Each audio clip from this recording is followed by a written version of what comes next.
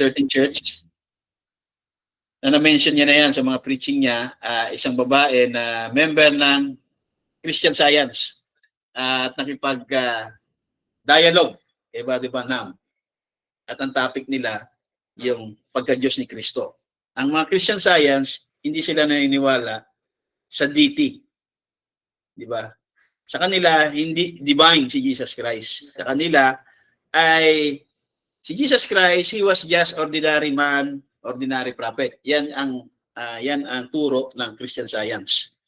Okay? Christian, pero hindi sila naniniwala sa pagka-Diyos ni Kristo. Para sa kanila, si Jesus ay propeta at ordinary man. 'Di ba? Ganon din yung mga INC. 'Di ba? Kaya nung sinabi ng babae na si Jesus ay he was just a prophet and ordinary man, hindi na ito pinamalian ni Brother Branham. Kaya sabi niya, sagot niya sa paragraph 71, he was that. Ibig sabihin, he was a prophet, he was ordinary man. Okay, basahin natin dito. Sabi niya, he was that. Truly, totoo na he was ordinary man, he was a prophet. He was that. Yeah. Plus God. Diba? Si Jesus Christ, an ordinary man, prophet, plus God. Okay? Kaya, dito mag-react ngayon yung mga oneness. Ha? Plus God? Eh, paano kung walang plus God? Magre-react ang mga oneness ngayon. Kaya pag oneness ka, hindi mo gagamitin to. Kahit sinabi ng propeta. Diba? Ang problema, hindi mo malulusutan. Bakit? 1964 eh. Yung palusot kasi ng iba, kapag gumamit ka ng before 63, sarado pa sa iyo. Eh kaso, hindi ka na makakalusot dito. Because 1964 ito. Diba? Si Jesus ay tunay na tao, diba? Ordinary man, siya ay propeta, plus God. Diba? Anong ibig sabihin ng plus God? The Father dwelleth in Him. Diba? At nangyari yan, mga kapatid, sa Jordan River, nung siya binautismohan ni John, Brother John. No? Brother John the Baptist. Kaya nga, si Jesus ay siya ang manifestasyon ng Diyos nung plus God. Jesus is the body, the boy, the man, God was dwelt in Him. Yun ang ibig sabihin ng plus God. Si Jesus yung katawan, di ba? At ang Diyos, Elohim, sa pamagitan ng Holy Spirit, in the form of a dove, bumaba sa Kanya at nagdwell. Yun ang ibig sabihin ng plus God. Jesus is the body, the boy, the man, God was dwelt in Him. He was in Him, He was a God-man. Kaya God-man, kasi may plus God. Pag wala yung plus God, man lang. Kaya sabi niya, totoo na tao lang si Kristo. Sa flesh. Diba? Totoo na siya ay ordinary man. Tinutukoy ni Brother Branham sa flesh. Kaya sinang-ayunan niya yon, yung statement ng Christian Science, pero sabi niya, hinagod naman ni Brother Branham plus God. So hindi sila nagdebate. Hindi niya sinabi, mali ka sister. Mali ka dyan. Ganyan kasi siya nagdebate. Pag nag-present ka, ay mali ka dyan. Yan, mapapanood nyo lagi sa debate ni Eli Soriano. Pag nagkaroon ng remarks, yung kalaban niyang, bigla niyang ikakat ngayon, mali ka dyan, mali ka dyan. Kasi ba diba namin, hindi ganun makipag-dialogue. Ganon din sa inyo kapag meron kayong dialogue sa ibang mga paniniwala, ay huwag nyo kagad sabihin na mali ka dyan, huwag nyo kagad i-rebuttal kagad. Diba namin, hindi niya ni-rebuttal eh. Umagri siya eh. He was that truly, he was that. Plus God. Hinagod niya ngayon. Diba? He was the manifestation. Tapos pinaliwanag niya uli. Jesus is the body, the boy, the man. So agree yung mag-agree ka. Jesus the body, the man. God was dwelt in Him. Tingin nyo kaya, may chance na ma-convert yon? May chance na ma-convert. Kasi hindi debate na para pamalian So, ganun din kayo, kung makikipag-sharing kayo, gayahin natin yung way kung paano i-present, di ba? Diba? Huwag niyong i-debate pag sinabing si Jesus ay tao, huwag muna kayo mag-rebuttal. Di ba? Okay? Si Buddy Branham hindi siya nag-rebuttal eh. Pinaliwanag niya pa lalo. Yung ordinary man at prophet, pinaliwanag niya. Oo, si Jesus, ordinary man, kasi Jesus is the body. Siya yung bata, di ba? Siya yung tao, the man. At ang Diyos ay nagdwell sa kanya. Kaya si Jesus ay God man. So, simple lang, hindi. Simple lang, di ba? Wala namang malalim na paliwanag dito. Wala namang mga kung ano pang mga malalalim na breaking na ginamit si Buddy Branham. Basta plus God lang. Di ba? Kaya kung basic math lang naman, napakadali. Plus 1. Di ba? He was a man, truly, yet he was God, manifested in flesh. Okay? So, ang Diyos ay nagmanifest in flesh. Kaya si Jesus ay God because siya ay form of God. In the form of the servant, in the form of man.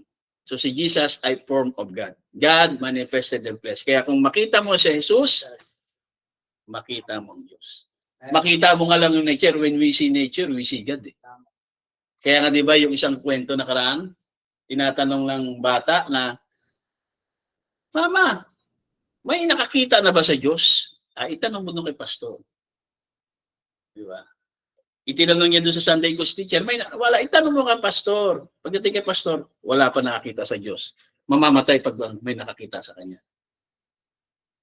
Di ba? Eh dito, when we see Jesus, we see God. Kaya ito yung statement ni Buddy Branham. This statement of William Marion Branham was described Jesus as fully God and fully man.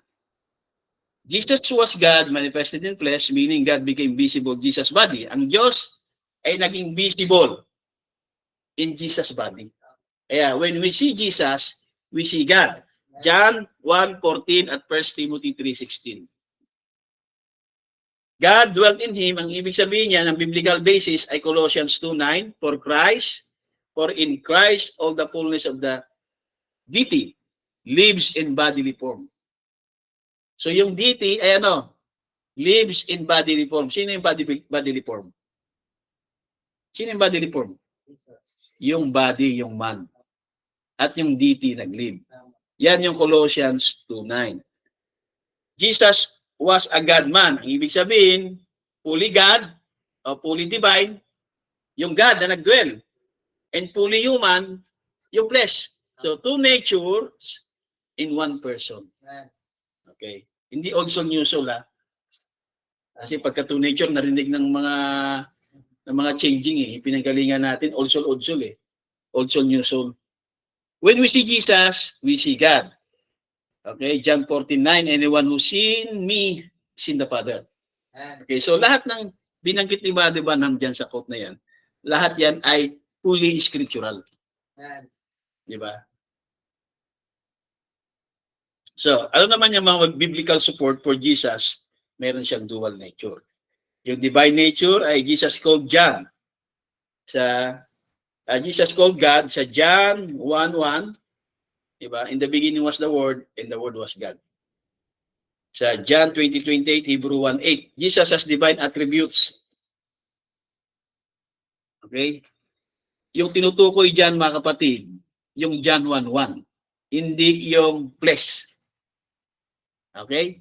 Kasi yung Elohim nag-bodylize sa Word. Diba? Sa Son. Okay?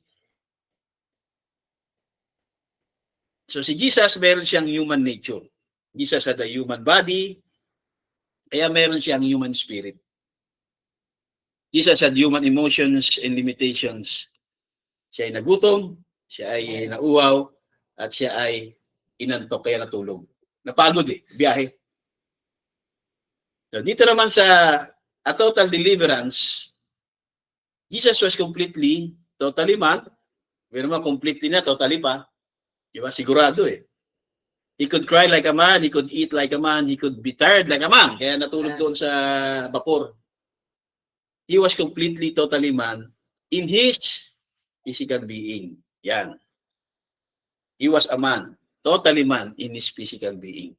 Kaya nagalit yung mga Pariseo, di ba? Nung sinabi niya na ano, before Abraham, I was.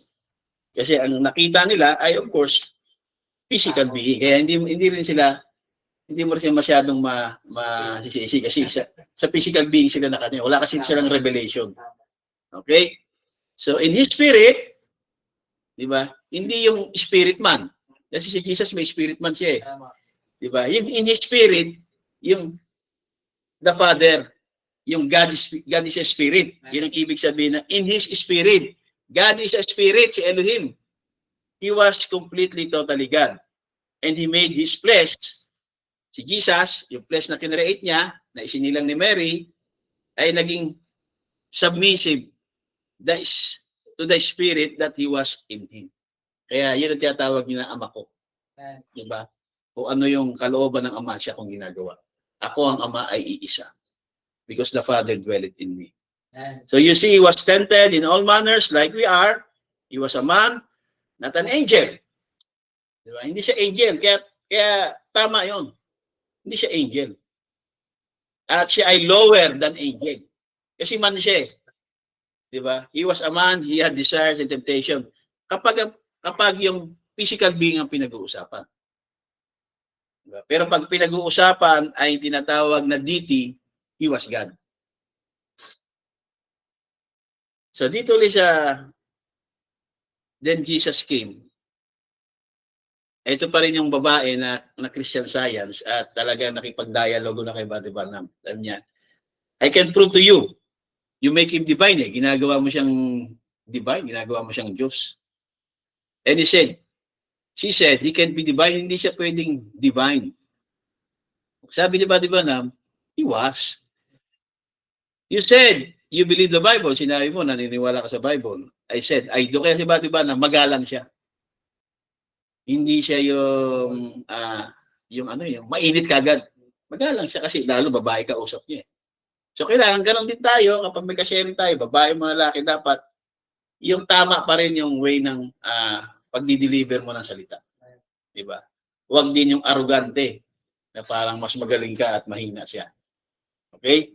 Kaya yung mga word na dito, lalo sama-sama, dito lang yan. Okay, gagamit ng mga word na TANGA sa labas. Dito lang yan, sa atin lang yan kasi nagkakaintindihan tayo sa word na yan. Pero sa labas, huwag niyong gagamitin yung TINGA, huwag mong tatawagin na bobo ka, TNGA ka, huwag mong kakausapin, huwag mong gagamitin yun sa labas. Okay?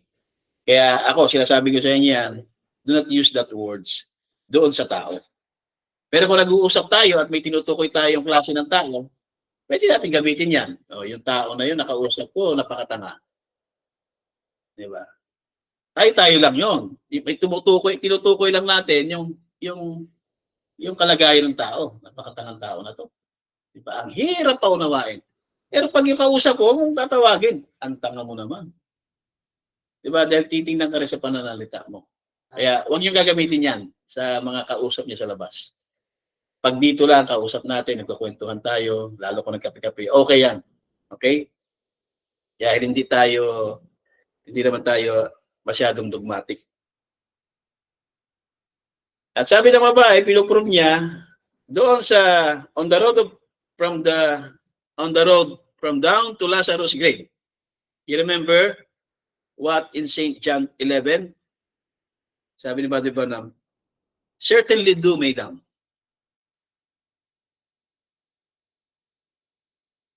Tinitest siya eh. Yan. Kaya sabi ng babae, sabi ni Brother Branham, certainly, the Bible said, he wept. Umiyak siya. Kaya sabi ng babae, how could he be divine and wept? Diyos siya, tapos umiiyak. Sagot ni Buddy Branham, umiyak siya kasi tao siya. Sabi ng babae, human and divine. Di ba kaya ang paliwanag niya, plus God eh. Human and divine. Kaya doon sa paliwanag niya, plus God. Kaya sabi niya, I said, lady, you fail to see, he was a man going along there, doon sa grave. He was a man crying with those that were crying. Nakiiyak din siya eh. That's right. Grieving with those who grieve. He was a man. Di ba? Hindi niya kinokontra yung yung babae. Baga lalo niyang pinapaliwanag yung paniwala ng babae naman. Tama? Pero pinapaliwanag niya rin kung paano naging divine. But when he straightened his little frame body up and said, Lazarus, come forth, and a man that been dead for 4 days stood on his feet, that looks more than a man. That was God in the man. Diba? Napakalinaw ng paliwanag, diba? Para hindi ma-convert yung babae. Kaya so, yung babae may chances siya. Dahil hindi naman siya dinibati ni Buddy Branham eh. Hindi, ikaw masyado kang woman preacher. Woman preacher ka ba?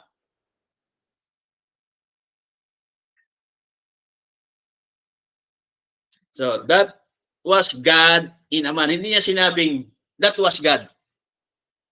Kasi pag sinabi yang that was God, magdidibate talaga, hindi siya titigilan ng Pero sabi niya, mas dinitali at mas nilinaw niya, that was God in the man. Pag natin basahin yan, that was God in that man. Yun na. Ayan. Dito sa message na 1964, Paradox. And this little boy, 12-year-old child, okay, no wisdom at all. Si Jesus yan. Why? Bakit? Because nga, ano siya? 12 years old boy, hindi pa nade-develop eh. Yung kanyang wisdom. At yung ama, sino yun? Si Jesus? Pag sinabing, hindi, the Father did not dwell in him at that time. Kaya, isa to sa mga cult na ayaw gamitin ni Pastor. Kasi si Pastor Juanes, ayaw niya yan. Pati yung plus God, ayaw, kaya hindi ko naririnig yan eh. Kahit sa mga camp meeting ng bride body daw, hindi nila ginagamit yan. Hanggat maiiwasan, iiwasan. Ganon kapag oneness. Kasi maguguluhan yung mga the Father did not dwell in him at that time. Hindi pa nakadwell yung Father God. Ibig sabihin, nagdidwell pala. Because he come on the day when he baptized him. So, kailan dumating? Kailan nagdwell yung Father kay Jesus Christ? Hindi nung siya ay 12 years old boy. Kahit iatraso pa sa virgin birth, hindi pa nagdwell yung ama. Kasi may mga unawa din, yung mga oneness, nagdwell na yung ama sa virgin birth. Nung 12 years old boy nga, hindi nga nagdwell eh. Doon pa kaya sa birth, ano yun, nagdwell sa birth, tapos pagdating ng 12 years old boy, umalis. Tapos pagdating sa Jordan River, nagdwell ulit. Di ba? Kaya si Jesus, mga kapatid, hanggang before Jordan River, ay hindi nakadwell yung ama. Sino yung ama? Yung Elohim, yung God. Okay? So, kailan siya nagdwell? Kailan siya dumating kay Jesus? Because he come on the day when he baptized him, he saw the Spirit of God coming down, see, and went in him. Simpleng-simpleng English lang. Diba? Went in him. Bumaba o pumunta sa kanya. In him. But look, this little 12-year-old boy, being the Word, he was born the Anointed One. Kaya that's why nakokorek niya yung error. Natatalo niya yung mga Pariseo sa debate. Di ba doon sa templo, hinahanap-hanap siya. Nasaan si Jesus? Yung pala nakikipagdebate sa mga templo. Natatalo niya, kaya nagtataka, kaninong anak ba to? Diba? Hindi pa nakadwell yung ama, pero si Jesus ay anointed na. Saan siya anointed? Hindi sa flesh. Yung anointing ay nasa kanya na, yung John 1:1, yung word, yun yung anointed, yun yung anointing. Si Jesus, to be anointed pa siya. Di ba? I-anoint pa siya sa flesh. Pero sa John 1:1, sa Logos o tinawag na theophany, anointed siya doon. Di ba? Kaya nga nung sa John 1:1, in the beginning was the word. Anointed na yun. Kasi nag-bodylize yung ama doon sa Logos, sa theophany o sa John 1:1. Di ba? Pero sa flesh, to be anointed pa siya. So, kailan siya in-anoint sa flesh? Doon, sa Jordan River. Kaya, hindi pwedeng magkamali si Buddy Branham na he was born the anointed one, to be anointed. Imagine niyo, anointed one na, tapos to be anointed pa. Dalawang beses siya i-anoint. Anointed one nga eh. Yan ang sinasabi ko na kanina na sinasuggest na basahin niyo na mabuti yung passage. He was born the anointed one. Second passage, to be the anointed. Ha? Teka. Anointed one na nga, tapos to be anointed pa. Mali si Buddy Branham. Pwede kang magkaroon ng ganon. Nakakalito naman doon sa sinabi niya. Anointed one na, tapos to be anointed pa. Kaya pag wala tayong context, hindi natin ma-context yung first passage, second passage, wala na. Magkakaroon ng dual statement. Pamali-mali naman itong propeta. So, ang context ng he was born anointed one, yung John 1:1. Yung context na to be anointed one ay yung Jordan River. Yung isa ay theophany body, anointed one. Yung isa ay physical body ni Jesus, to be anointed one. Doon pa lang mag-dwell. Kaya yung he was born anointed one, nag-dwell na kasi yung Father doon sa John 1:1. Di ba? Yung quote na, the Father bodilized the Son. Okay, isa yan sa mga sinishare natin kagabi. Okay? When he was just 12 years old, a little boy, we find him in the temple, debating with the priests. His knowledge could surpass their tradition and he was teaching them men. Hindi mo tinuturuan niya. 12 years old boy? Wala pa. Diba? Watch the word, correct the error. Sino yung watch the word? Sino yung nagko-correct ng error? Hindi yung bata mismo, kundi yung anointing na nasa bata. Yung word. Yung John 1:1. Di ba? Na nag-a-abide dun sa bata. Nag-a-abide yung anointing na yun eh. At tinawag yung anointing na yun na theophany body. Okay? Abiding ang tamang word. Okay? Kaya nako-correct ngayon yung error kasi anointed siya eh. Yung anointing nag-a-abide dun sa bata. Pero yung bata na yon, pagdating ng 30 years old, i-anoint yun. At magdidwell yung Diyos sa kanya, yung Ama, sa form ng dove. Okay? So, dito naman tayo sa the deity of Jesus Christ.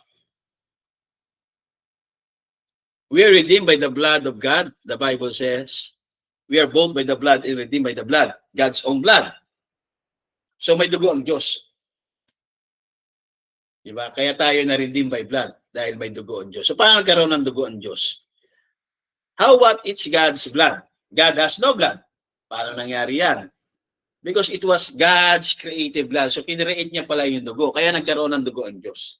Nag-create siya ng dugo. Okay? Kasi kung hindi siya magka-create ng dugo, paano siya magkakaroon ng dugo? So, kailangan niya mag-create ng sarili niyang dugo para ang Diyos magkaroon ng dugo. Okay? At sabi niya, because it was God's creative blood and that He created, in order to redeem us, para matubos niya tayo, siya ay kailangan dumating at mag-live, tumahan sa parehong katawan na yon na kanyang kinreate. Kinreate niya yung sa womb ni Mary. From sperm cell and egg cell, tapos sinilang, lumaki. Then, umidad ng 30 years old, kailangan niyang mag-live doon. Di ba? Kailangan niyang mag-dwell doon sa creative blood. So, si Jesus ay God's own blood. God's creative blood that He created.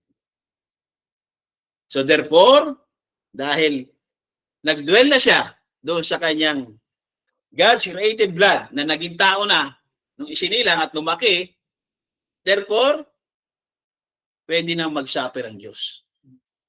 Not sa spirit, kundi mag-suffer siya doon sa God's creative blood, doon sa flesh. Sabi niya, God had to be suffer.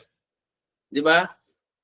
Temptation. Sa spirit, hindi. He couldn't suffer temptation. Di ba? He couldn't suffer temptation. Dahil spirit eh. He had to suffer sexual temptation. Okay? He had to suffer all kinds of temptation to be tempted by the devil and riches and powers and dominions and so forth. He had to suffer all about. Ngayon, nabasa natin ngayon yung suffer sexual temptation. Merong turo ngayon na si Jesus Christ may libog. Kasi suffer may last temptation. Yung tinatawag na sexual temptation dyan, ang context dyan ay hindi mo pwedeng sabihin na meron siyang lust kasi wala namang ganun eh. Bakit? Kasi nga, siya ay sinilang without sexual desire. He was born without sexual desire. Di ba? Virgin birth. So pagka siya magkakaroon ng lust. So, yung sinasabi niya na sexual temptation, pwede siyang mag-asawa. Di ba? Pwede siyang kung hindi niya susundin yung kagustuhan ng ama, pwede niyang iwan yon. Doon pa lang sa Garden Gethsemane, pwede niyang i-bypass yun eh. Di ba?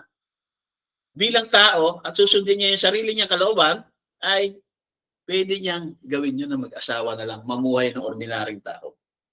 Pero hindi niya ginawa yon. Temptation din ang tawag doon, napaglabanan niya yun. Kaya yung great temptation niya, mga kapatid, doon saan? Sa Garden of Gethsemane. Doon yung grabing suffering naranasan niya. Makita mo yung niya, yung sa prayer niya sa Gethsemane ay yung kanyang pawis ay para ng dugo. O dugo na talaga. Di ba? To be tempted by the devil and riches. So, maging si Satanas tinempt siya. Na panagumpayan niya. Ibig sabihin, hindi na-tempt. Tinry na i-tempt, pero hindi na. So, bakit si Satanas, alam niya naman na anak ng Diyos yan eh. Di ba? Alam niya naman na word yan eh. Anointed yan eh. Pero tinempt niya pa. Ang tinetempt niya, hindi yung Diyos. Ang tinetempt niya yung flesh. Yung laman ang tinetempt niya. Kasi, ang laman ay ang laman ay subject for temptation. Kaya tinempt niya. Hindi na baka matitempt ko to, hindi. Ang laman ang tinetempt niya. Okay? Hindi yung Diyos. Okay? In order to do it, he couldn't be as God in his spirit. He had to be God in flesh. Okay? Para magawa niya yan, sabi niya, he couldn't be as God in spirit. Kundi kailangan God in flesh para magawa niya yung redemption. Hindi siya pwedeng maging redeemer bilang God in spirit. Hindi niya ma-redeem. So kailangan para ma-redeem niya, kailangan niyang God in flesh. So that's why kailangan niyang bumaba at i-anoint si Jesus Christ doon sa Jordan River. Okay? So nag-suffer ngayon ang Diyos. Kaya yung DT, mga kapatid, that yung service to death. Now I'm speaking this morning sa pagka-Diyos ni Cristo, deity of Christ, so that you know who is what and what's worshiping today. Not a baby in a manger or Santa Claus, but worshiping Almighty God in the deity of His Son. God himself, Jehovah, lived in Christ and was made a kinsman to us because he was born in human flesh like we are. The blood cells were developed by God and the flesh cells were developed into the womb of Mary. So ang nag-create ng tinatawag na blood cell ang Diyos at dinevelop ito sa womb ni Mary. Kaya isinilang ngayon sino? Yung bata. So pag silang ng bata naman, nung lumaki na at naging 30 years old na, and God came down and lived in human flesh. Kaya nung siya ay bata pa, hindi pa nag-live yung Father. Pero dumating ang Father kay Jesus Christ, nag-live sa Jordan River. Okay? Dito naman sa the sea shall possess the gate of his enemy. Mary had na fall. Napaliwanag na ba to? Di ba nakaraan? So, i-ano na natin. Para, yan. Paliwanag na pala to, parang naalala ko na eh. Yan, makita din natin dito, balikan natin, na when the Holy Ghost overshadowed her, si Mary, because God in His immaculate infinite way, ang Diyos, si Elohim, nag-create sa womb ni Mary, created in her womb, soul, body, and spirit of Jesus Christ. So merong 3 realms si Jesus Christ na kinreate ang Diyos doon sa womb ni Mary. Kaya nung isinilang ay 3 realms. Yan. Naalala to, di ba? Ayan, hindi ko naalala nyo. Huwag na to. Para matapos tayo. Lapit na. Okay, ito naman yung there's one God.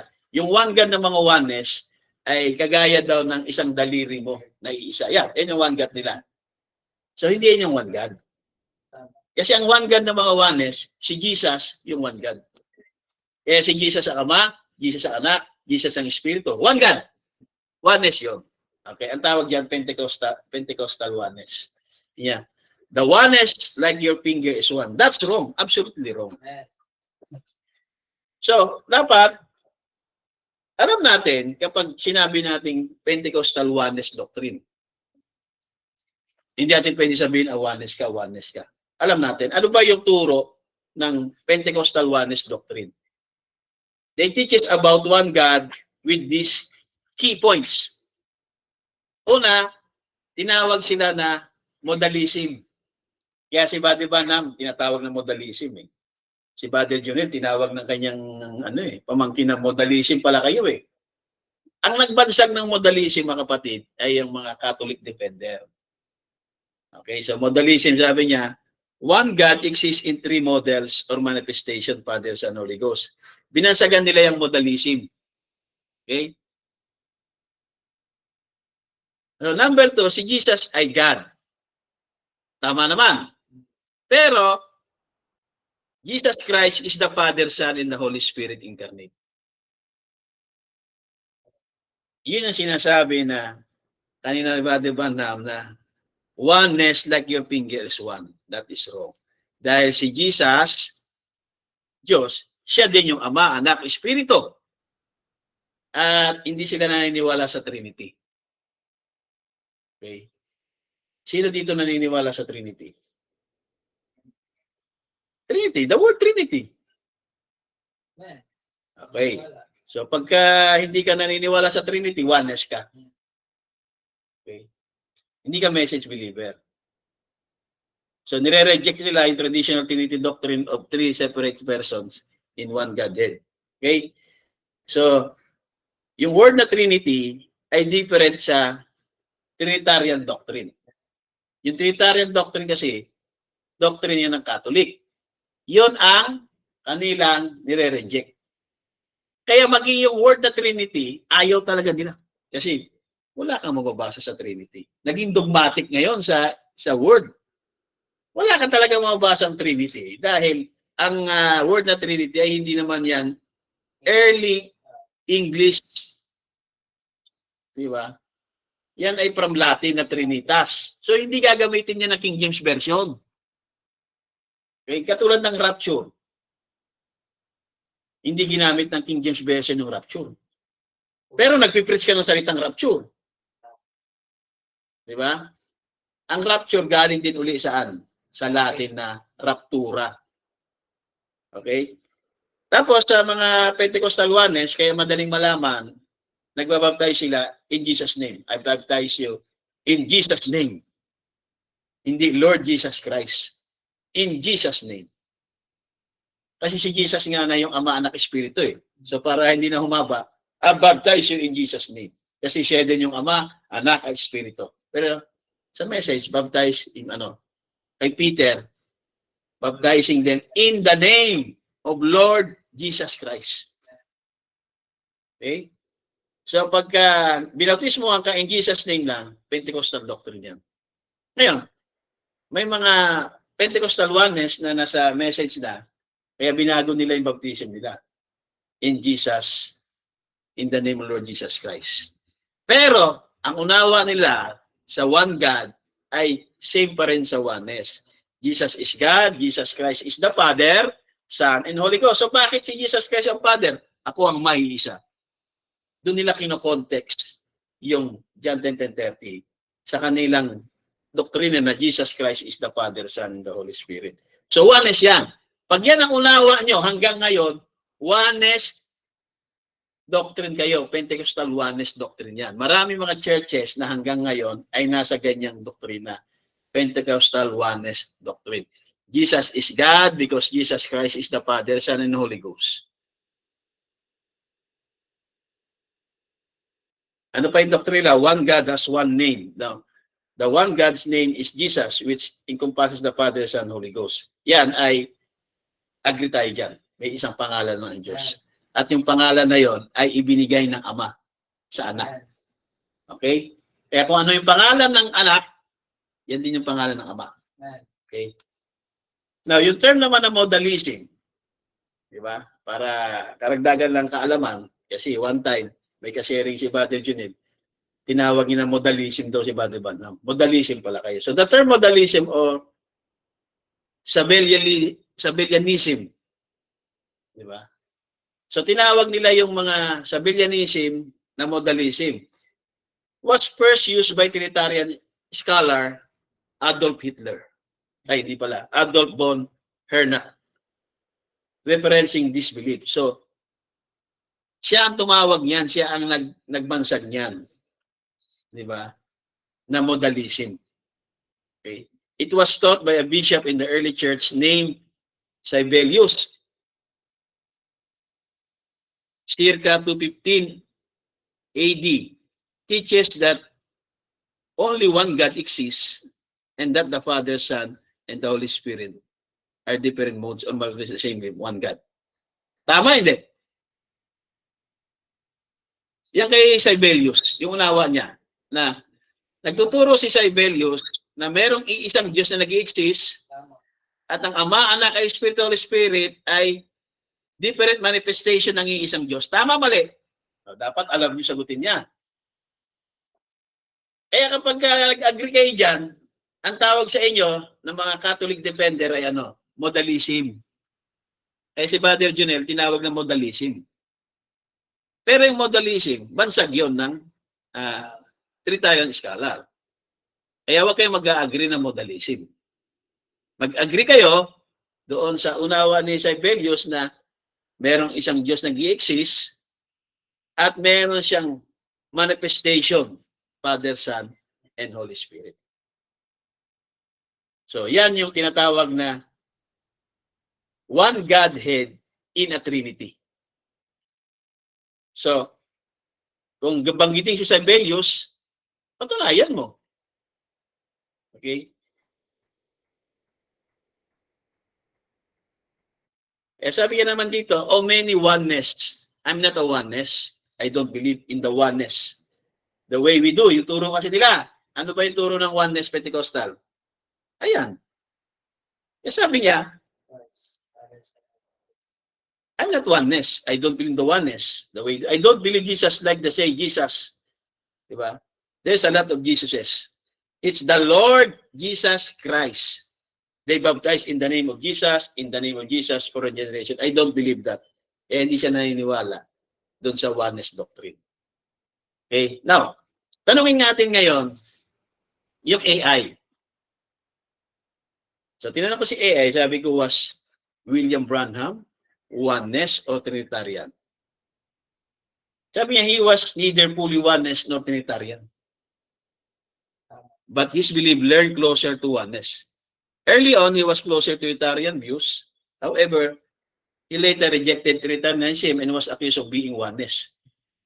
Though he himself denied this label. So, dinidenied kasi ni Buddy. Kaya alam din ni AI na hindi Trinitarian si Buddy Branham, hindi rin oneness.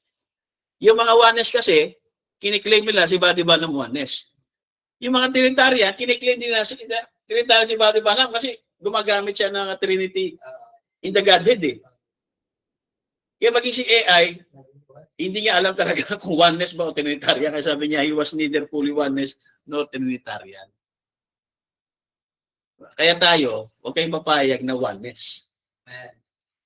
William Branham teachings known as the message emphasize oneness of God. God is one person. Yan yung oneness of God ni Buddy Branham. God is one person manifesting himself in different ways, Father, Son, and Spirit. Rather, the same separate person. Pag same separate person, Trinitarian yun. Jesus Christ is God. Jesus is the tangible form of God. Buti pa si AI. Alam niya. Jesus Christ is God. Ang paliwanag niya, Jesus is the tangible form of God. Tangible yan. Tangible. Pero yung mga oneness, ano turo nila? Jesus Christ is the Father, Son, and Holy Ghost. Kaya dito na lang ako magpapakonvert kay AI. Tama pa yung research niya. Jesus Christ is God. Jesus is the tangible form of God. Yun ang ibig sabihin ng Jesus is God.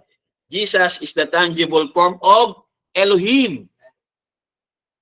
Kaya sinabi na Hebrews 13:8. Para ba na believe in baptism in the name of Jesus Christ only? Not Father, Son, and Holy Ghost. Yan. Ito yung sinabi ni AI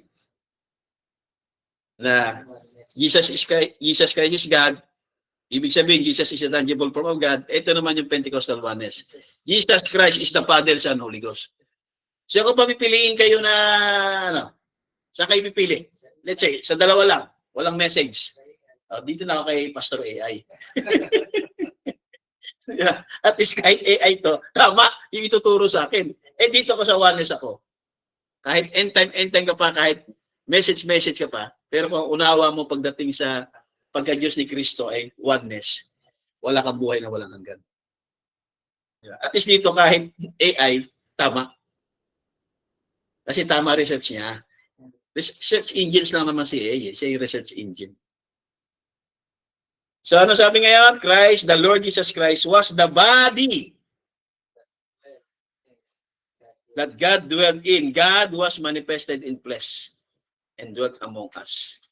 So, tama pa si AI. Ano pa? The great Jehovah came down and was made tangible. Tama talaga si AI. The great Jehovah came down and was made tangible by living in the body of His own Son. Sino tama? Pentecostal oneness o si AI?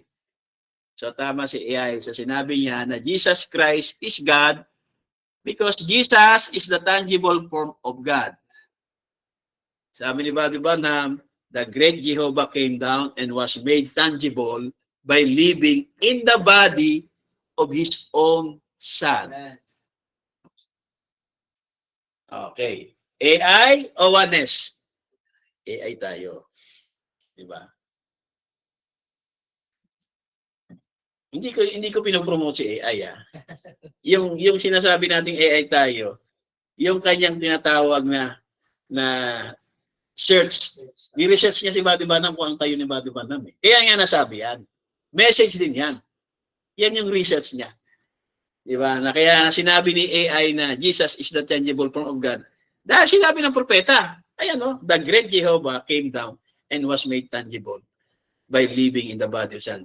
Sinasabi lang natin kung AI, kinukumpara lang natin yung mga Pentecostal oneness at mga Pentecostal end time kapag nagtanong ka ngayon kay AI. So, ibig sabihin, kung magtatanong ka, huwag kang magtanong dito sa mga Pentecostal oneness kahit end time pa. Kung wala ka mapagtanungan na iba, dito ka muna magtanong.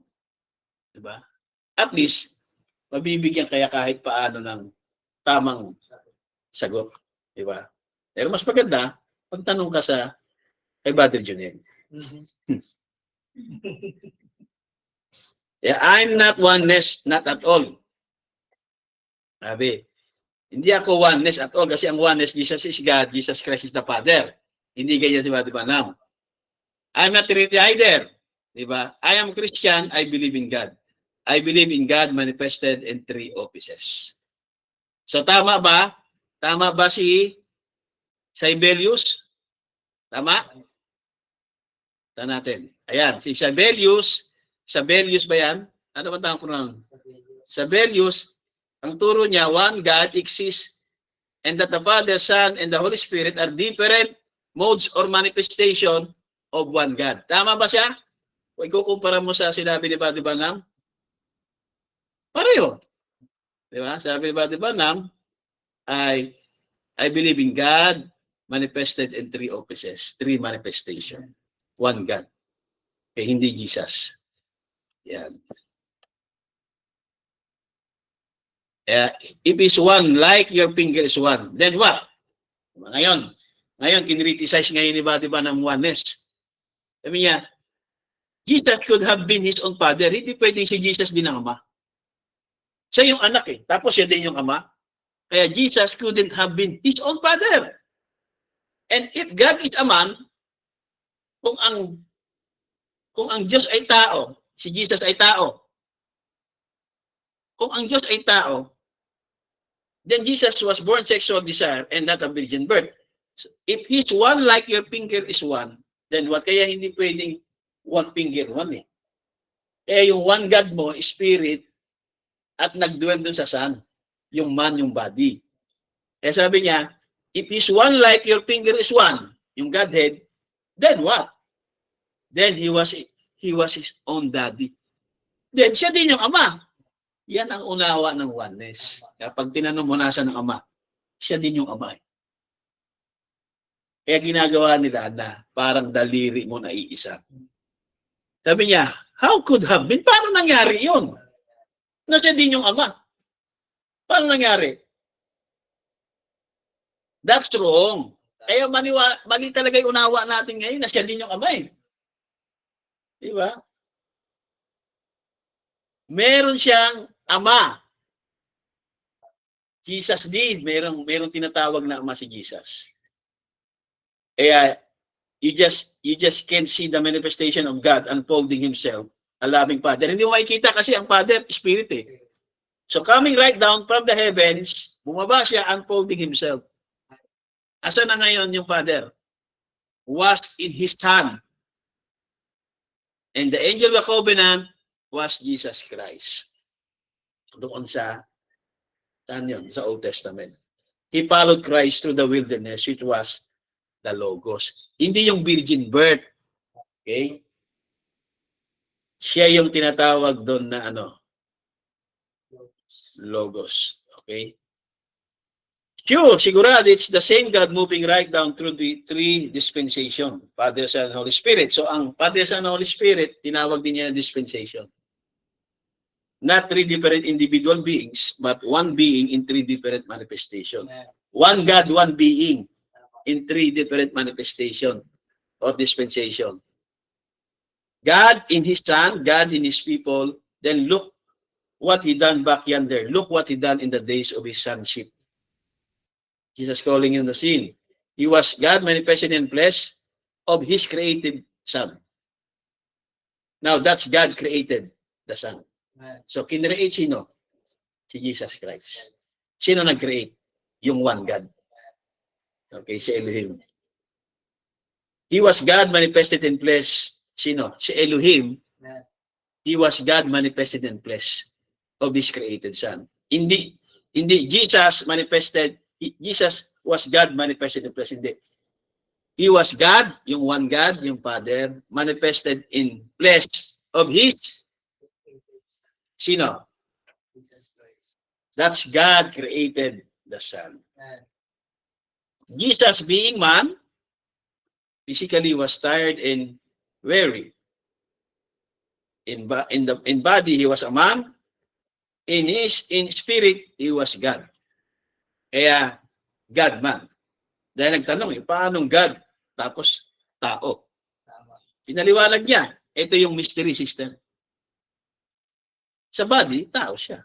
Sa espiritu, capital S, ay Diyos siya. In spirit, he was God. Okay? He had to be God, omnipresent. So yung omnipresent, hindi yung man. Di ba yung naglakad doon sa Galilee? Di ba? Naglakad doon sa disyerto, nag-travel siya.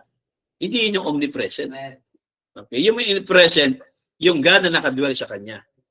Sure, He is present everywhere. Hindi si Jesus yung present everywhere. Okay? By being omniscient, knowing all things, hindi rin si Jesus yun as a man.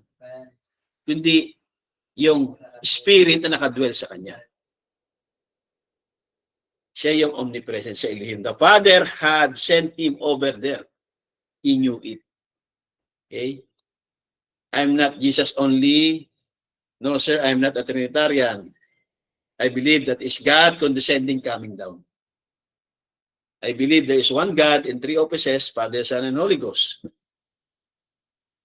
Sabi niya, He was in a form of pillar of fire sa Old Testament. Sa form ng Logos, that was the angel of the covenant, which was Christ. Sabi ng Christ ay, anointed one. Hindi Jesus. Christ means the anointed one. Yung Logos, anointed yun. Eh si Jesus Christ, to be anointed pa, doon sa Jordan River. Kaya sabi niya, before Abraham was, I am. Saan yun? Sa Logos, sa John 1:1 binabanggit. Hindi binabanggit ni Jesus sa flesh.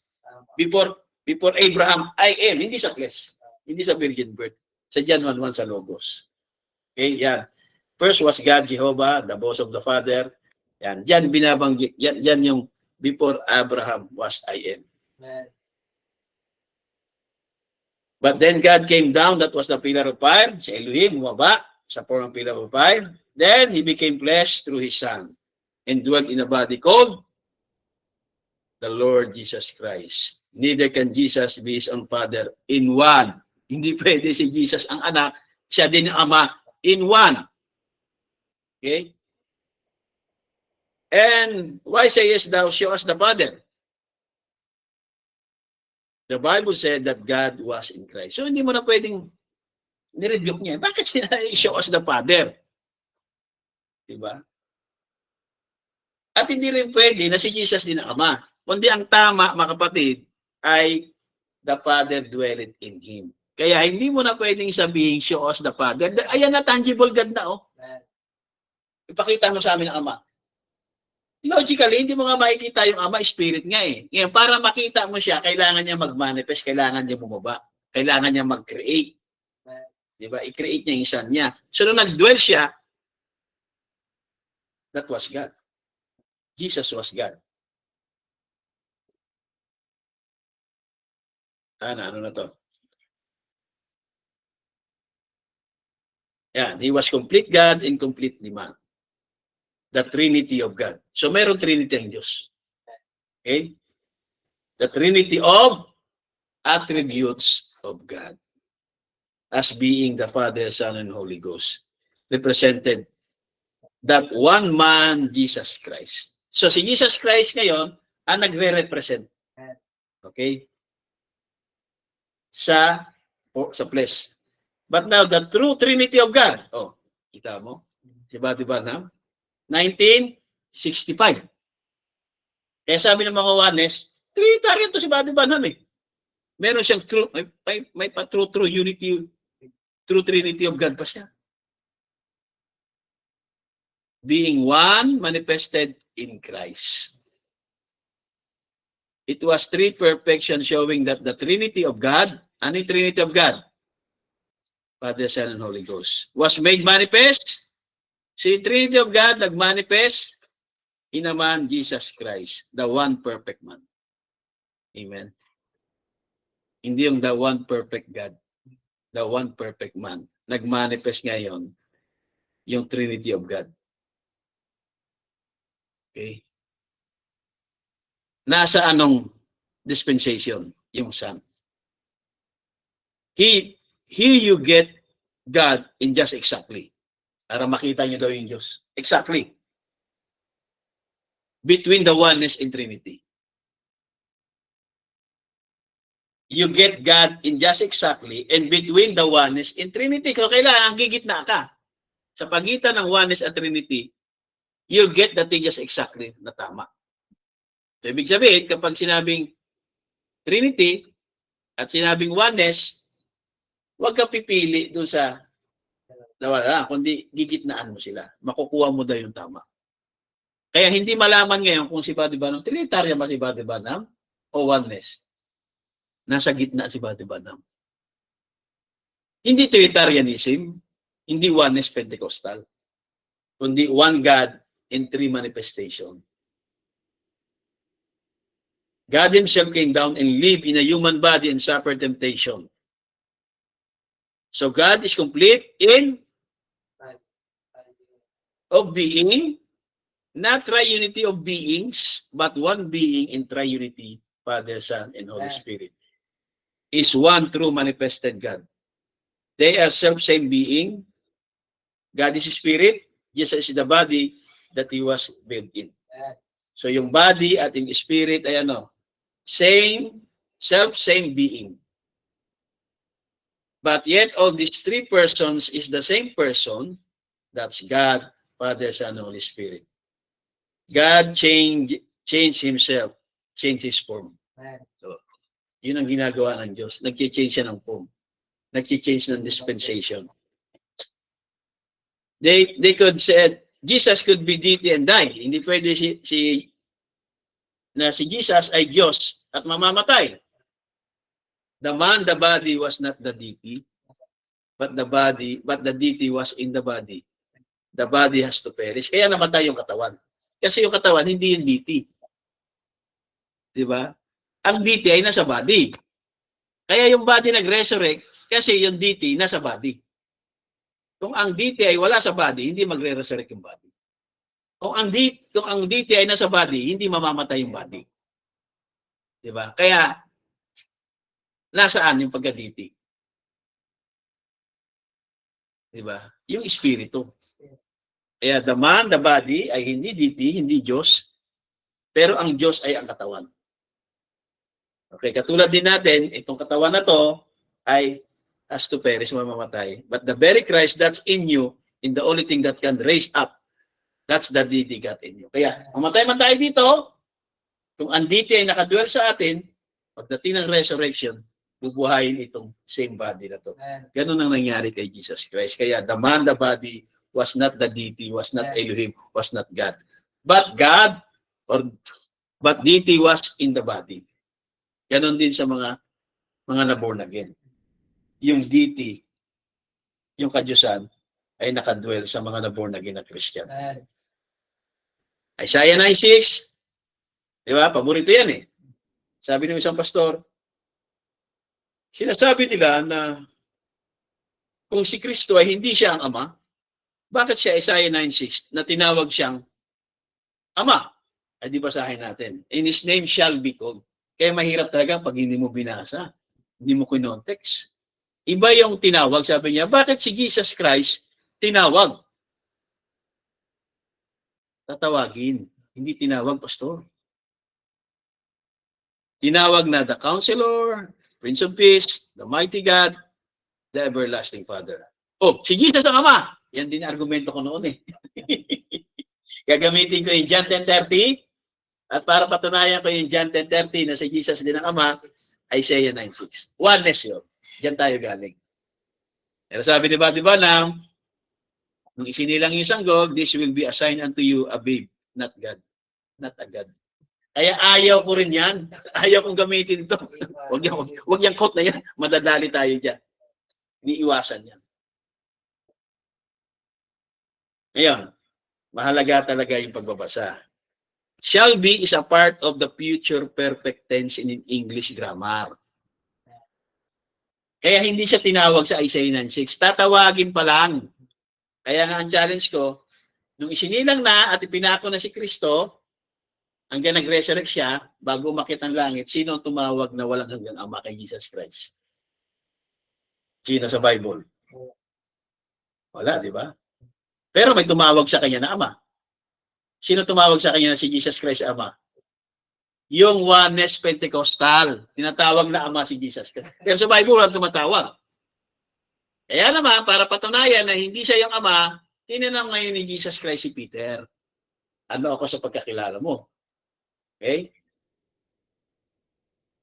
Kaya dito sa quote na to, let them know, oneness, Trinitarian, two-ness, let them know that there is one true God. Agree yung oneness dyan na mayroong one God. Agree yung Trinitarian na one God. Tama? Kaya in-address niya, let them know. Yan. There is one true God. Sino yun? Si Jehovah, God is supernatural being who covered all space of all places at all times. Jesus Christ is.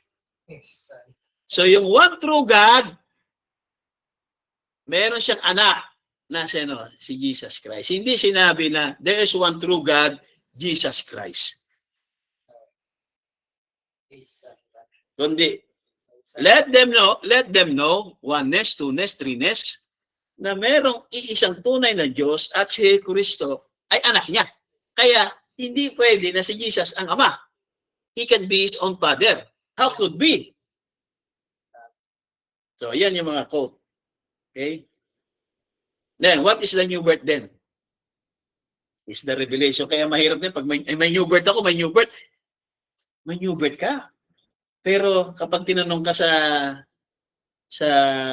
pagka-Diyos ni Kristo, si Jesus ang Ama, si Jesus ang Anak, si Jesus ang Espiritu Santo, wala kang new birth nun.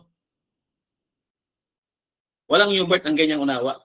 Pag mali ang unawa mo sa greatest of all the revelations, di ba? The greatest of all the revelation, ang pagka-Diyos ni Kristo, kung mali ang unawa mo, wala kang new birth.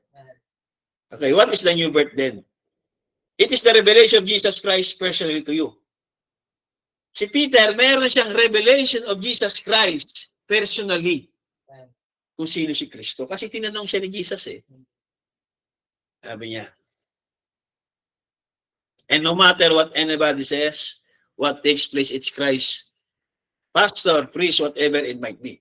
Kaya kahit si pastor pa yan, kahit si headship pa yan, nagsabi sa'yo. Diba? Wala ka pa rin new birth. Eh si pastor, yan ang turo eh. Wala ka pa rin new birth. Kasi pastor mo, walang new birth eh. Bakit? Pentecostal oneness doctrine eh. Diba? Kaya kung ang pastor mo, Pentecostal oneness doctrine sa pagka-Diyos ni Kristo, ay wala ka rin new birth. Kasi walang new birth yung pastor. Kaya sino dito nagsisisi umalis nun sa dating pastor niya? Taas ang kamay. Sino nagsisisi? Ha? Pasalamat ka. Sabi niya dito, now Peter, when he called, tinawag ni Jesus, tinanong sila, at pinersonal ni Jesus si Peter eh. Si Peter talaga, marami naman sila eh. Bakit si Peter lang yung personal tinanong niya? Dapat generalize niya. O kayo, mga apostoles ko, ano ang pagkakilala? Hindi. Talagang kinawag niya si Peter. O ikaw, Peter, sabi niya. Now, Peter, when he called, said, thou art the Christ, the Son of the living God. Yan yung revelation ni Peter. Kaya si Peter, may new birth. Kasi ang new birth ay it's a revelation of Jesus Christ personally to you. Meron si Peter, wala? Meron. Kaya si Peter, sabi niya, nung tinanong siya, ano ba ako sa pagkakilala mo? Sabi nila, ikaw daw. Hindi. Ikaw ang tinatanong ko, hindi yung sinasabi-sabi nila. Kasi sabi nila, ikaw daw si Jeremiah, ikaw daw si ganito. Hindi. Hindi, Peter, ikaw ang tinatanong ko. Ano ako sa pagkakilala mo? Sumagot si Peter. Si Peter may tinatawag na new birth. Revelation of Jesus Christ personally revealed to Peter. Sino ang nag-reveal kay Peter? Diba? Sabi ni Peter, thou art Christ the Son of God. Kaya sabi ni Jesus, mapalad ka, Pedro. Simon, anak ni Bar-Jonah, ang ibig sabihin, son of Jonah, blessed art thou, for flesh and blood never revealed this to you. You never learned it from some ministerial meeting. Diba? Yung mga end time, hindi Bible school ang tawag eh. Ang tawag natin, ministerial meeting. Kaya hindi to natutunan ni Peter sa mga ministerial ng mga apostoles. Diba? Hindi niya natutunan kung sino tong mga nakasiring niya ng mga pastor o mga kapwa niya apostoles. Hindi niya natutunan ng mga alagad. Kundi natutunan niya ito ano? Saan niya natutunan? You never learn it from some school, from some ministerial meeting. Kundi, pero yung aking ama, nasaan daw yung ama niya? Which is in heaven, has revealed it to you. Notice what he said to him. Pansinin niyo yung sinabi ni Jesus Christ kay Peter. Upon this rock, di ba? Yung passage na yan, close, open and close, ang tawag dyan, quotation mark. Okay? Upon this rock, open and close quotation mark. Rock. That's Peter. Sino yung rock? Hindi, sino yung rock? Upon this rock. That's Peter. Sino yung rock? That's Peter. Hindi yung, basahin mo. Upon this rock, open quotation mark. That's Peter. The medicinated seed of God that received the light. So, sino yung rock? Si Peter. Kaya pag hindi mo kinuha yung context niyan, ang sasabihin mo, sa literal reading, si Peter. Hindi si Peter yung rock. Si Peter ay stone. Okay? Ano bakit sinabi niyang that's Peter? Hindi si Peter mismo, kundi yung revelation ni Peter. Ano yung revelation ni Peter? Yun yung upon this rock. Kung sino si Jesus Christ. Yun din yung revelation natin. Yung upon this rock. Kung sino si Jesus Christ. Yun yung revelation ni Peter. Hindi mo si Peter. Diba? Kundi yung revelation ni Peter, yung upon this rock. Ano ba yung revelation ni Peter? You are the Son of the living God. Hindi yung revelation ni Pastor na Jesus Christ is the Father, Son, and Holy Ghost. Revelation ni Pastor yun. Revelation ni Headship. Sino dito nagsisisi, umalis kay Headship? Diba? Pero dito, naturuan ng tamang revelation, hindi nasundo, nagtampo. Dahil lang sa hindi nasundo, nagtampo. Binaliwala na yung revelation ni Peter. Diba? Yan yung mga yung birthright binenta. May birthright ka na eh. Diba? Ibebenta mo ngayon. Kaya hindi aksidente na pumunta ka doon. Pumunta ka talaga doon. Para magkaroon ka ng kakampi at may papansin sa'yo. Hindi ka pinapansin eh. Diba? Hindi ko talaga papansinin. Because of disrespect. Pero kung nagtampo ka lang, nagtampo ko sa iyo, pastor, ay pupuntahan kita. O sige, ba't ano ba tinatampo mo? Halika dito, sunduin kita, kapi-kapi tayo. Diba? Tatampo ka pala eh. Diba? Kahit matanda nagtatampo, pero tampo lang. Pero yung disrespect, that's a different thing. Amen. Yeah, you never learn it from the school. So, upon this rock, ano yung upon this rock? Rock of revelation of who Jesus Christ is. So, hindi si Peter. Kundi yung revelation ni Peter kung sino si Jesus Christ. Pero pag binasa mo kasi dyan, di ba kanina, ano sabi doon? Upon this rock, that's Peter. Di ba sa literal reading? Tatama yung Catholic. Di ba? Yan ang teaching ng Catholic eh. Yung rock doon si Peter. Kaya si Peter yung first pope ng Roman Catholic Church. Ayan ang liwanag na sinabi ng propeta nyo. Yung rock si Peter, oh. So mabigat talaga pagka wala kang context reading. Okay? Upon this rock, inulit naman ni Buddy Branham. Si Buddy Branham ngayon nagpaliwanag ng upon this rock. Ang paliwanag ni Peter sa upon this rock, thou art the Christ, the Son of the living God. Sinusugan ni Buddy Branham ngayon yung revelation ni Peter. Upon this rock, not a Father, Son, and Holy Ghost, and Him being second person. Si Jesus Christ hindi sa second person. Hindi rin siya not Father, Son, and Holy Ghost. Ano lang siya? Sabi ni Peter, thou art Christ, anointed one, the Son of the living God. Hindi, you are the Father, you are the Son. So pag gano'n ang kapag sinabi ni Peter na you are the Father, you are the Son, baka chinelasin ni Jesus Christ si Peter. Paano ka naging Trinitarian? Paano ka naging oneness? Di ba? Turo ng oneness yan eh. Si Jesus Christ ang Ama, Anak, Espiritu. Di ba? Bakit chinelasin pa? Pero sabi, nung sinabi na you are the Son of the living God, mapalad ka, Pedro. Hindi ka tinuruan ng pastor muna oneness ng maling unawa. Tayo, naturuan tayo ng maling unawa eh. Diba? Kaya mapalad tayo dito. Doon pa lang, pasalamatan yun eh. Ang makilala ang isa tunay na Diyos, ay ano? Tapos hindi lang nasundo, tatampo ka na, pambira, buhay na walang hanggan. Dinala ka ni Peter sa buhay na walang hanggan. Si Peter ang nagbigay sa atin, kaya nga, ibinigay sa kanya yung susi eh. Binautismohan ka ni Peter sa tamang bautismo, sa tamang revelation. Hindi ka lang nasundo, tampo ka na. Kung ano na sabi-sabihin mo. Diba?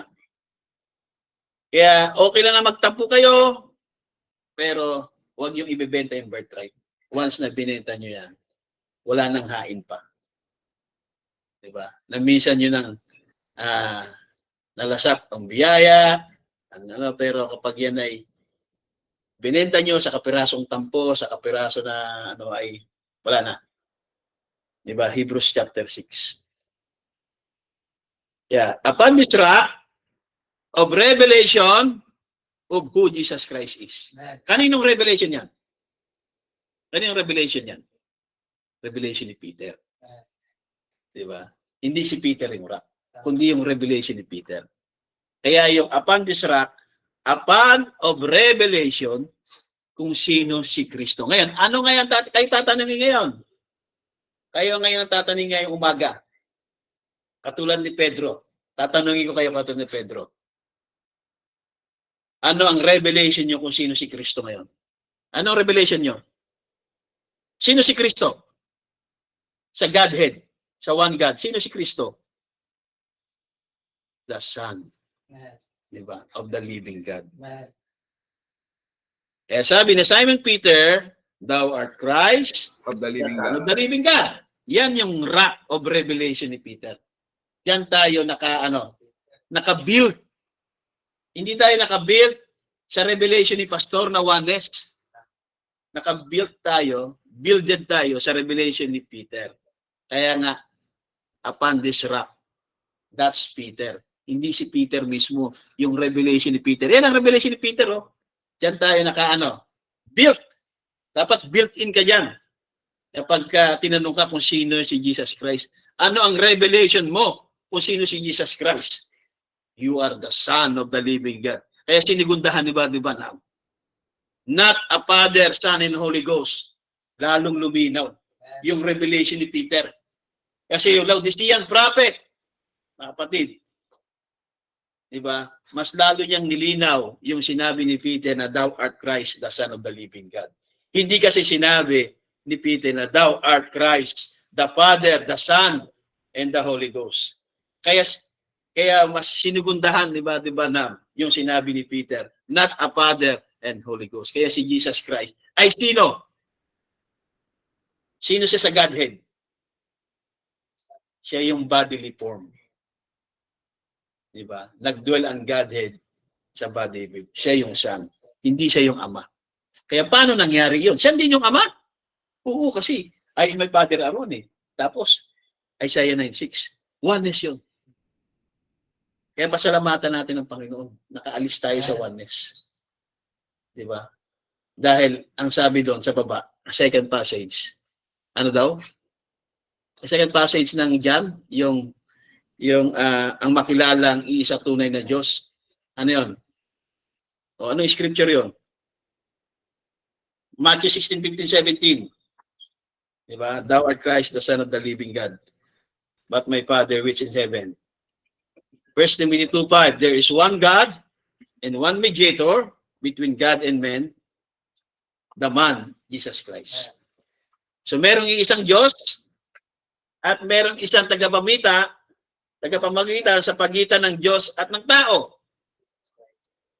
The man Christ Jesus. Hindi ibig sabihin siya yung iiyang Diyos. Siya yung isang mediator na namamagitan sa iisang Diyos at sa tao. The man Jesus Christ. John 10:30, I and my Father are one. Bili sa John, ang kasunod na scripture niya ng John 10:30 ay John 14:10. Kaya babasahin mo talaga yung mga surrounding na chapter para makuha mo exactly yung context ng John chapter 10. John 14:10 sa baba. John chapter 11, 12, 13, 14. Believest that not that I am in the Father, ako ay nasa Ama, at ang Ama ay nasa akin. Kailan nangyari yon na ako ay nasa Ama? Doon. Di ba? Nasa sinapupunan siya. At yung Ama ay nasa akin. Nagdwell sa kanya sa Jordan River. Okay? But the Father that dwelleth in me. Kaya mag-asawa yan. John 10:30 at John 14:10, the Father that dwelleth in me. He doeth the works. Siya ang gumagawa. I and my Father are one, my Father dwelleth in me, just as Jehovah was, Jesus was, He was express image of Him. So, express image ni Jehovah ay si Jesus. He was God shaped out there. So, si Jesus, siya yung shape ng Diyos dito sa lupa. At lahat ng kapangyarihan ng Diyos formed into ay inilagay sa human body. Sino yun? Si Jesus Christ. Kaya He said, it's not me doeth the works, it's my Father that dwelleth in me. He doeth the works. And when God, He was in the image of Spirit, without image, rather, God is without form. Spirit kasi. Then God had to take on form. Sino yung form? Nag-create siya ngayon ng created blood that developed into the Son of God. So yung form ay ang Son of God. Kasi walang form ang Diyos. Ang Diyos ay Espiritu. And God came down and dwelt in His Son, Jesus Christ. Kaya sino talaga yung one God? Yung nag-dwell doon sa form. Making Him God on earth. Kaya Jesus was God. I and my Father are one, the Father dwelleth in me. Lagi magkadikit, di ba? I and my Father are one, the Father. Kaya hindi nyo pwedeng alisin ito. Pag inalis nyo to, mag-iiba ang context. I and my Father are one. Oneness ka na. Pero kailangan the Father dwelleth in me. Lagi magkasama dapat yan. Anong scripture yan? Tandaan nyo. Anong scripture? John 10:30 and John 14:10. Diba? Iyon ang kahalagahan ng contextual reading. Okay? Yes, that's right. How the Father was in Christ. Kung paano ang Ama ay na kay Kristo. Si Kristo ay tao. Si Kristo ay God, man. Dahil ang Ama ay na kay Kristo. So please explain Trinity. Ito na ngayon, may tinanong kay Buddy Banam. Paliwanag mo ang Trinity. Binasa ni Buddy Banam ang question. Please explain the Trinity. Sabi doon sa tanong, how can the Son sit at the right hand of the Father? Sabi nung tanong interceding to the Father, paano yung anak ay namamagitan sa Ama? Yung anak ay nag-set at the right hand of the Father, tapos namamagitan ang anak sa Ama, kung hindi sila dalawa. So yung nagtatanong, anong unawa na nagtatanong? Trinitarian or Two-ness. Diba? Kaya pinapa-explain sa kanya yung Trinity. Kasi yung nagtatanong sa kanya, Trinitarian or Two-ness. Okay?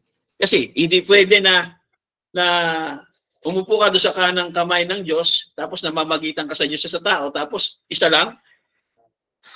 Ibig sabihin, hindi oneness. Trinitarian na nagtatanong. Kaya pina-explain yung Trinity.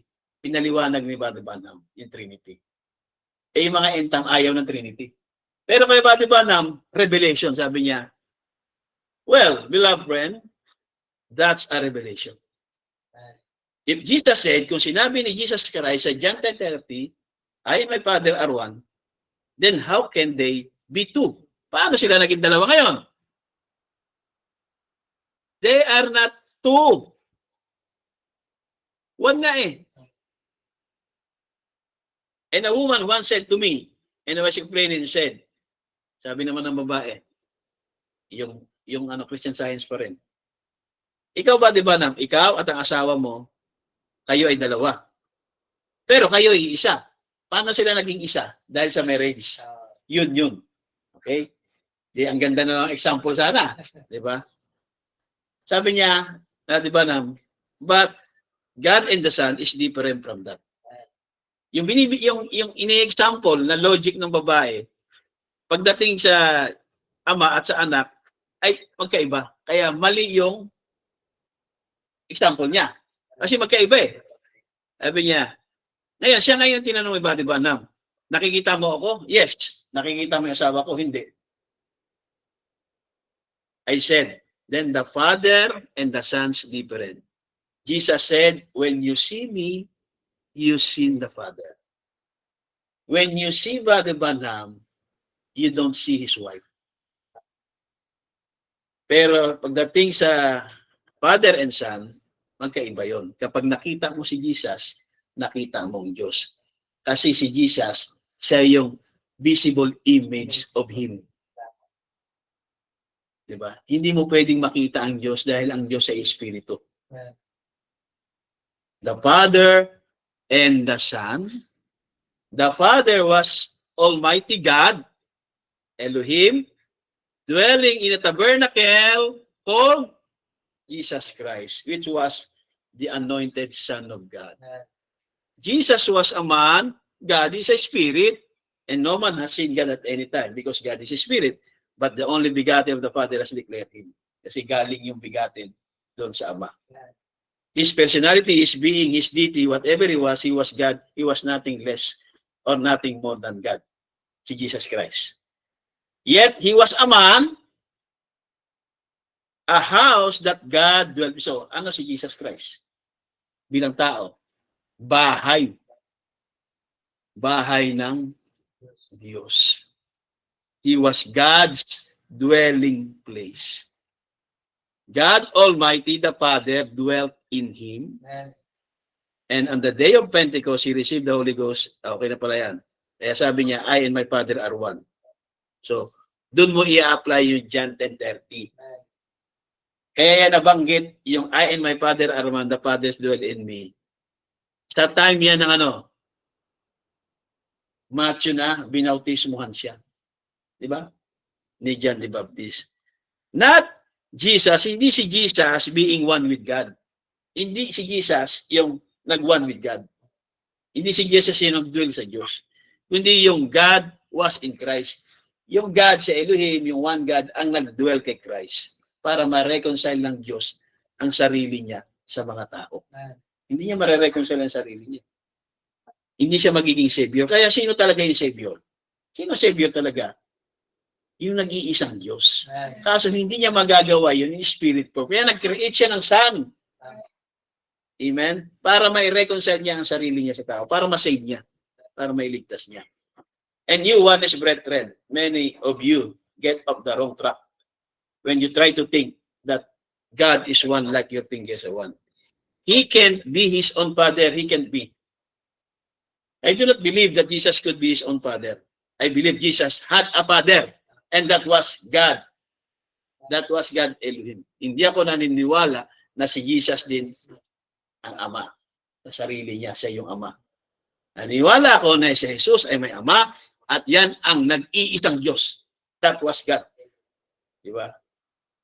But God dwelt in tabernacle in His body called Jesus. So merong katawan ang Diyos na binigyan ng pangalan na Jesus, tabernakulo ng Diyos. Father, the Lord. Okay, kaya yung the Lord doon, yung Ama. Yung Son, si Jesus. Di ba? Hindi sinabi niyang Father, Jesus. Hindi. Father, the Lord. Son, Jesus. Holy Ghost, Logos, Spirit of God. Kaya, Lord Jesus Christ. Father, Son, and Holy Ghost. Kaya yung Lord doon, Father yon. Hindi si Jesus yon kasi si Jesus diyan, Son. Okay? Ngayon, ano yung pangalan ngayon? Lord Jesus Christ. Lord Jesus Christ, that's Him. And Him dwell the fullness of God. So nakadwell yung buong kapunuan o kapuspusan ng Diyos. Bodily form. Sino yung bodily? Sino yung katawan? Sino yung tabernacle? Si Jesus. We're the flesh of His flesh and bone of His bone. We are part of Him because we're His children and God dwells in us. So ganun din sa atin. Diba? Just like He did His Son, Christ. Kung paano ang ginawa niya kay Jesus Christ bilang flesh of His flesh, bone of His bone, ganun din sa mga tunay na mananampalataya. We are His children. God dwelled in us. Kaya pwede natin sabihin, I and my Father are one. Katulad kay Kristo. Yung ama niya ay nagdwell sa kanya. Diba? Tayo din naman ay anak ng Diyos. Children.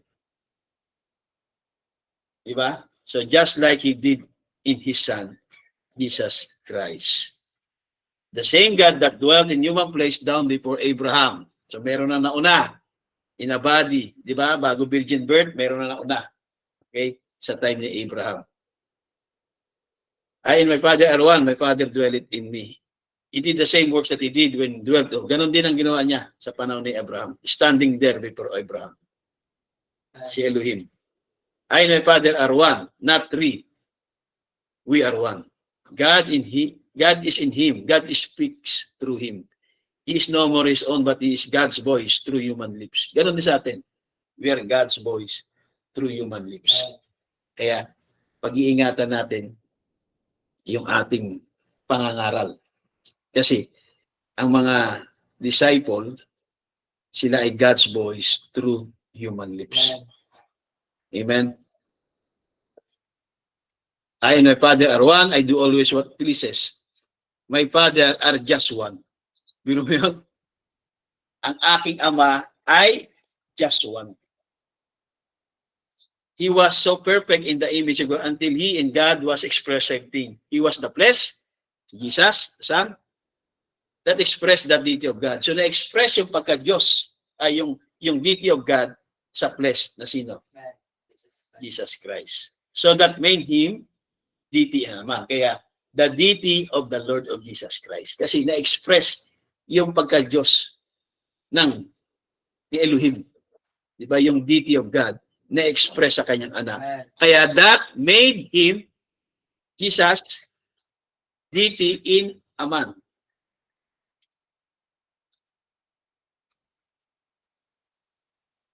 That's the reason He said, I and my Father are one, my Father dwelleth in me. So marami talagang quote, no? Yung John 10:30. In flesh, He was just a man, but in spirit, He was God.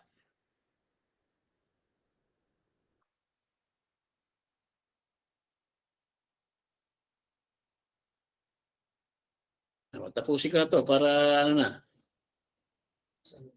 Yan, Jesus was the body, the tabernacle, God was the spirit that lived in Him. Paradox, 1964. Diba? God came in and lived in there. Ang Diyos ay umaba at nanirahan siya and live. Identify himself in Christ. In-identify, kinilala ang sarili niya kay Kristo. Then, that was God, Emmanuel. Kaya tinawag na Emmanuel. I and my Father are one. Jesus, He came to the earth nang dumating si Kristo sa pamamagitan ng virgin birth at nabautismuhan siya. Kaya bago siya mag-start ng ministry niya, nabautismuhan siya, bumaba yung Ama sa pamamagitan ng form of dove. Ano na si Jesus? Endowed, ibig sabihin, equipped with Him was the Father God. So equipped na siya ng ano? Father God. Okay? I and my Father are one. Sa John, yung John 10:30 ay naganap sa Matthew chapter 3. Tama ba yun? Yung water baptism niya sa Jordan, Matthew chapter 3. So naganap yun. I and my Father are one. Kaya siya ay equipped, endowed with Him was the Father God. It's not me that do it, the works, but my Father. One day after He had received, kailan niya na-receive? The Father had came down and dwelt in Him. Kailan niya na-receive yung Ama? Kailan? Sa Matthew chapter 3. Diba? Sa Jordan River. Ayan, no? One day, isang araw, after he had received, the Father had came down and dwelt in him, in the form of a dove, coming down from heaven, saying, "This is my beloved Son, in whom I am pleased to dwell in." So, dwell in. That's the reason he said, yun. Kaya nasabi niya yung John 10:30 at John 14:10. Dahil, nabautismuhan muna siya at bumaba yung Ama in the form of a dove at sabi ng tinig, "This is my beloved Son, in whom I am pleased to dwell in." Dwell means to occupy. Tinirhan niya.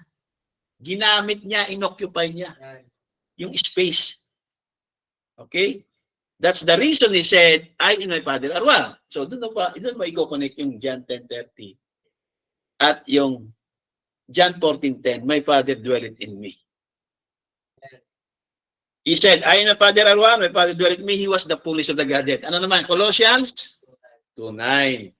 Doon mo rin i-connect yung Colossians 2:9 sa John 10:30 at sa Matthew chapter 3.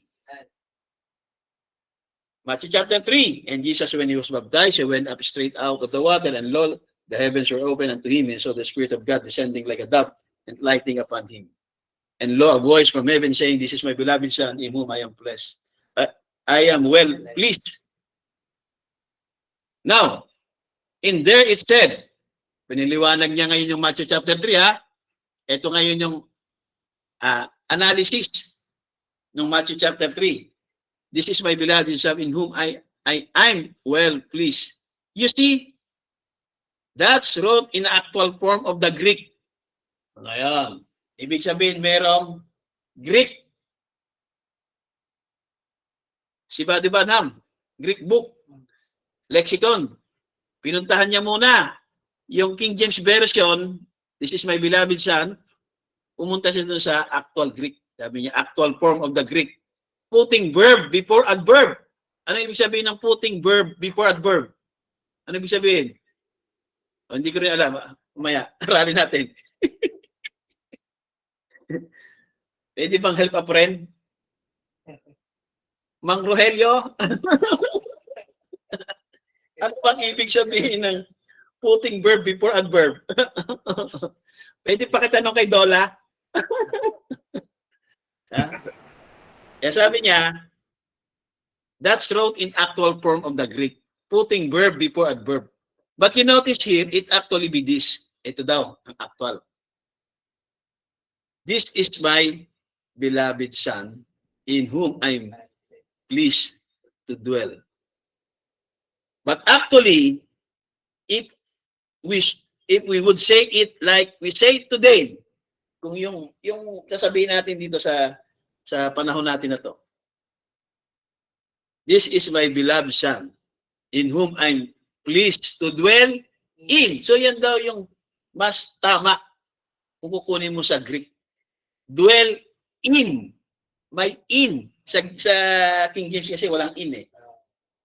Di ba? Yun daw yun. Kung if we would say it like we say today, yung salita natin ngayon, ang basa daw, "This is my beloved Son, in whom I am pleased to dwell in."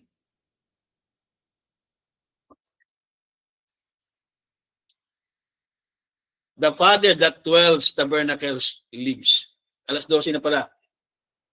Inote niya ulit, "This is my beloved Son, in whom I'm pleased to dwell in." Matthew chapter 3. Dwell, that to occupy. Come in the house and live. Yun ang ibig sabihin noon. Pumunta siya sa bahay, dumating siya, at tumira siya. Yun ang ibig sabihin ng Matthew chapter 3. Yun ang ginawa ng Ama. Dumating siya kay Jesus bilang bahay at tumira siya kay Jesus na kanyang anak. So ang bahay niya ay yung anak niya na si Jesus na kinreate niya. Yun ang ibig sabihin. In Him. Doon mo ngayon, i-apply niya yon yung Colossians 2:9. Doon sa Matthew chapter 3. Doon mo rin i-apply yung John 10:30 at John 14:10. In Him was the fullness of the Godhead bodily. Says the Scripture, that's right, the visible image of the invisible God. Yung invisible God, yung God is Spirit. Yung visible image, si Jesus. Here He is, there He is. That's God the Father, God the Son. Ilan? God the Father, yung ba? Yung God the Son, yung binabaan. Pero, same self-being. Diba? Same self-being. Yung ano yung self-being? Yung one God. Yung Godhead. That's God. God in a Trinity is one.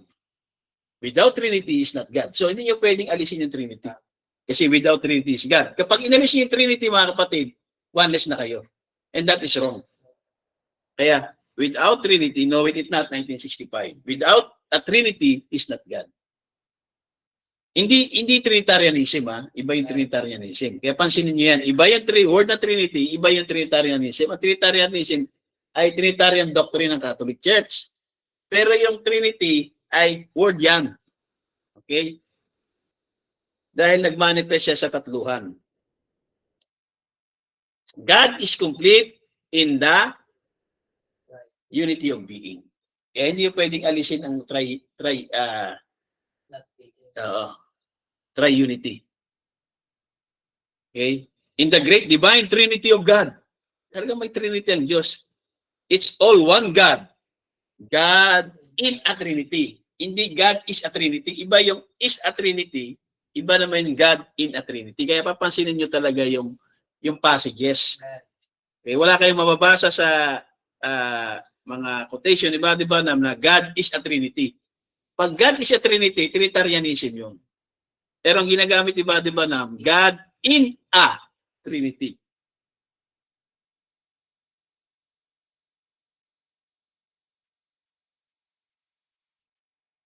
Tapusin ko na. Kaya Father, Son, and Holy Spirit, the one God in a Trinity. What the Trinity of God is, the Trinity of the Godhead. So, maging yung Godhead, merong Trinity.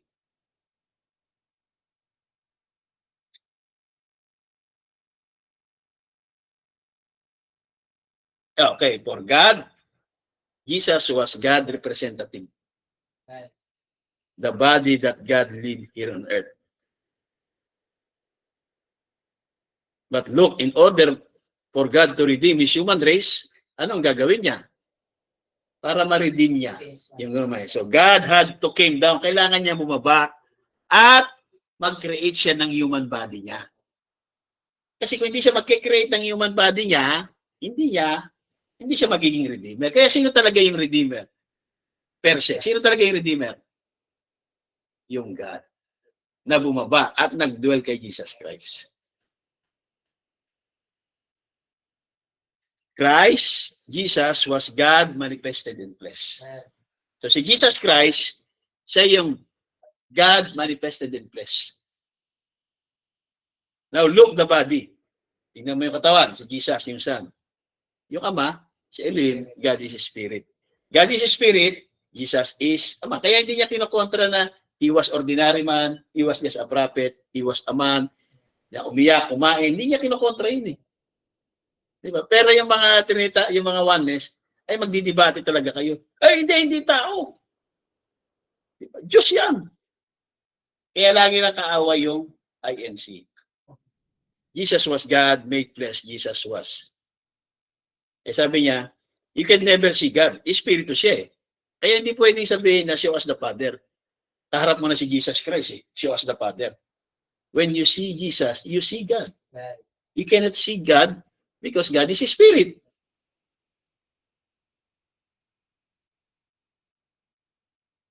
Jesus was the body, the Son of God. God dwelt in Christ. God in His Son. Jesus Christ was God manifested in flesh. The flesh part was God, the Spirit was God. The flesh part was man, the Spirit was God. Yan. Ubusin ko na yun. Jesus was God in a man. Okay? Jesus was God. His Father was great Logos itself. So yung Ama niya, yung Logos, yung si Jesus, yung virgin birth, yung Ama niya, yung Logos. Kasi yun ang bumaba eh. Diba? So ito yung mga naiwan pa. Ilan na lang to? the one God in a Trinity. God is perfected in three offices in one God. Parang na ano na yan. Ito lang pala, unveiling of God, God's masterpiece. Jehovah of the Old Testament become Jesus of the New Testament. Dito, magandang topic din to. Jehovah of the Old Testament become Jesus of the New Testament. Okay, so God bless you all at tayo ay manalangin. Ano na siya? 188. So aabot ito ng 200 na slide pages. Dakilang Ama, salamat Lord sa iyong biyaya at abag at patuloy ang pagpalain at salamat Lord, halos natapos na kami.